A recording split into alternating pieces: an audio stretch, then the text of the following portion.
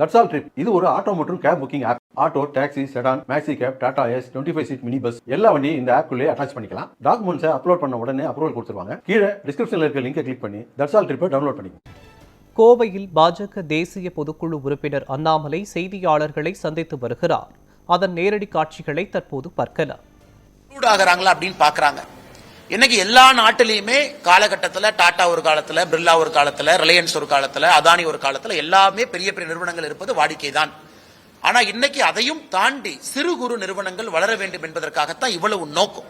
இந்த 10,000 கோடி ரூபாய் ஒதுக்கிறது, 2,000 கோடி ரூபாய் ஒதுக்கிறது, அவர்களுக்கு தேவையான கடனை கொடுப்பது எல்லாமே சிறு குறு நிறுவனங்கள் வேகமாக வளரணும், அவங்க இடத்தை கெட்டியா பிடிச்சுக்கணும் அப்படின்னு.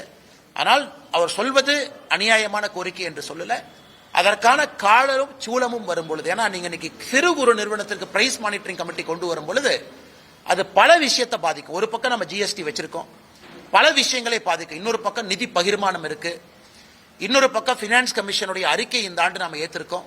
அதனால் பொறுத்திருப்போம். ஒரு ஆண்டும் கூட ஒரு இம்ப்ரூவ்மெண்ட் வரும். அதே நேரத்தில் எம்எஸ்எம்இ எக்ஸ்பான்ஷனும், எம்எஸ்எம்இக்கு வரக்கூடிய சப்ளை செயின் டைவர்சிபிகேஷனும் நம்முடைய மத்திய அரசு திட்டமிட்டு அதை பெருக்கிக் கொண்டிருக்கின்றார்கள் என்கின்ற கருத்தை இந்த நேரத்தில் நான் பகிர்ந்து கொள்ள வேண்டும்.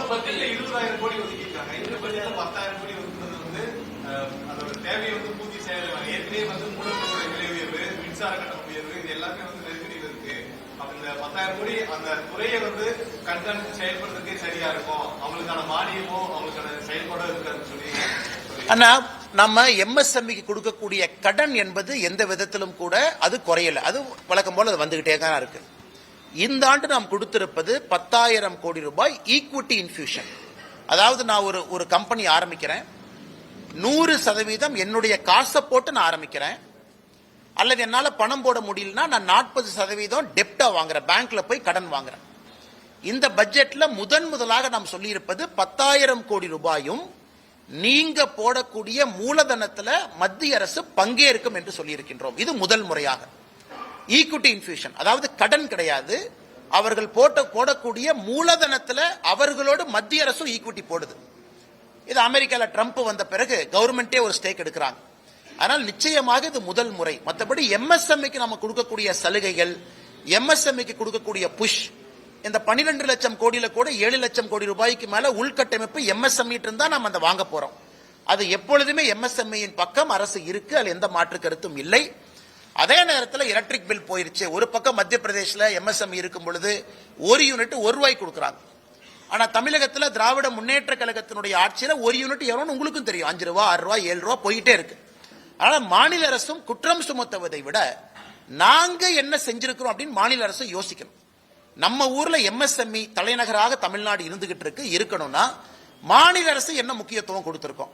ஆனால் நிச்சயமாக எம்எஸ்எம்இயை பொறுத்தவரை அடுத்த கட்டம் எடுத்து செல்வதற்கான பட்ஜெட்டாக மட்டும்தான் இந்த பட்ஜெட் அமைஞ்சிருக்கு. குறிப்பாக எம்எஸ்எம்இ நண்பர்களுக்கு இன்னொன்னு நம்ம சொல்லிக்கொள்ள விரும்புகிறோம். இந்தியா ஐரோப்பிய யூனியன் டீல் அது எம்எஸ்எம்இ பெனிஃபிட் ஆகும். India America deal MSME benefit ஆகும். நாம் வந்த பிறகு மத்திய நாடுகளோடு, குறிப்பாக மிடில் ஈஸ்ட் கண்ட்ரீஸோடு நாம டீல் போட்டிருக்கோம். கொரியா, ஜப்பானோடு நாம் எக்கனாமிக் கோஆபரேஷன் அக்ரிமெண்ட் கொண்டு வந்திருக்கோம், கனடாவோடு கொண்டு வந்திருக்கிறோம். இது எல்லாமே இங்க இருக்கக்கூடிய எம்எஸ்எம்இ அடுத்த கட்டம் செல்லும் பொழுது மட்டும்தான் உங்களுக்கு பயன் கிடைக்கும். அதற்கான முயற்சியும் நம்முடைய அரசு எடுத்துக் கொண்டிருக்கிறது.